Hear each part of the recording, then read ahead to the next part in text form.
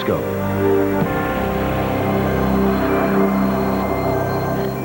Severe weather dealt a powerful blow to the south last night. Tornadoes hammered Gulf Coast states from Louisiana to Georgia. Good morning, I'm Marshall Cease. And good morning, I'm Cheryl Lemke. Now, those tornadoes were just part of the story. There was also some heavy rain in places, including Atlanta, where streets were swallowed by water. And there's more severe weather again possible today, but luckily over a much smaller area.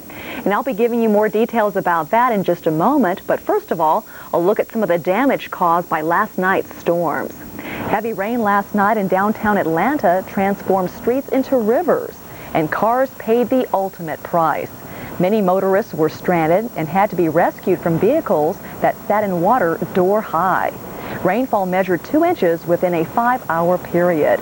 Severe weather spawned a tornado in Lafayette, Louisiana, and this is the devastation it caused. A state of emergency was declared after a twister 2 blocks wide left a 3-mile path of damage. More than 24 homes were either damaged or destroyed. And farther east, a tornado dealt a crippling blow in Covington, Louisiana. Authorities say that 80% of the buildings downtown are damaged, including a courthouse and 20 businesses. And an apartment complex was also destroyed.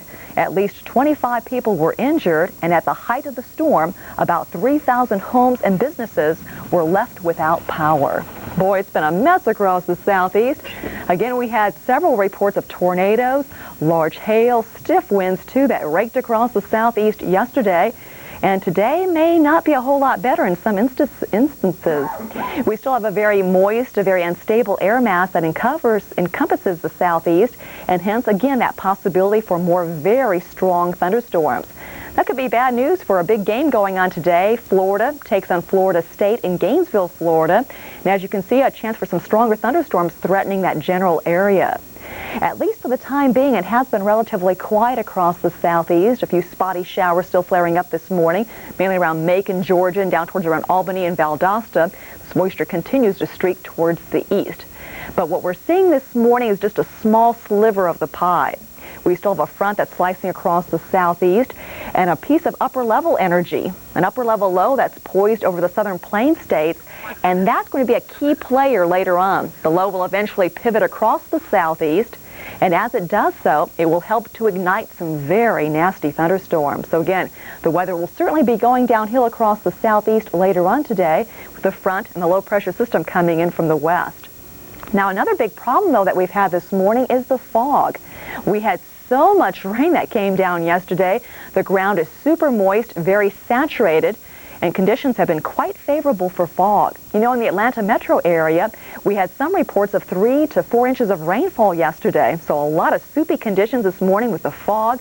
Thick fog, too, over towards Chattanooga and around Asheville and around the Biltmore Estate. Very, very soupy this morning.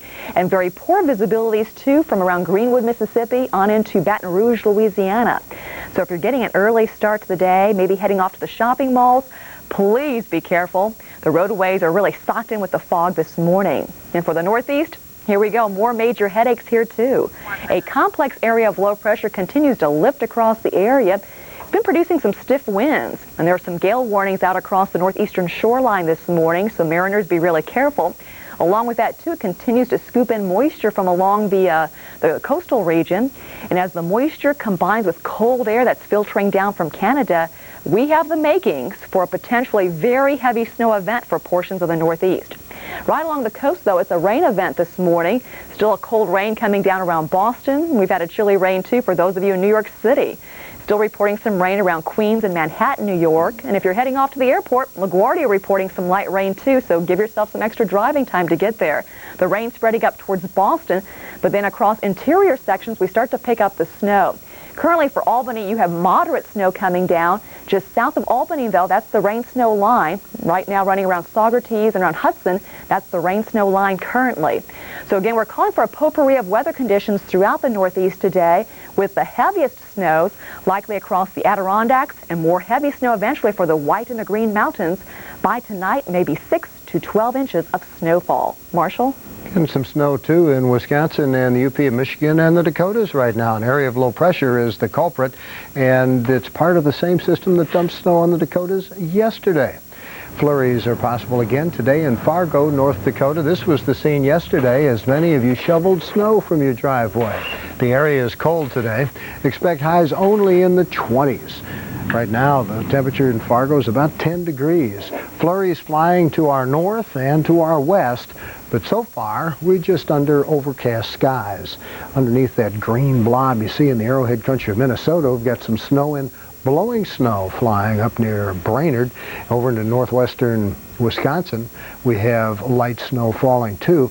Now, most of the advisories here have been discontinued, but there's still a chance for 1 inch to 3 inches of snow. We think, for the most part, we're going to see 1 inch totals. And it is snowing around Eau Claire, Wisconsin, La Crosse, Mosinee, and the UP of Michigan Hancock's reporting some light snow as well. This is light snow in Montana, very light, mostly flurry kinds of snows.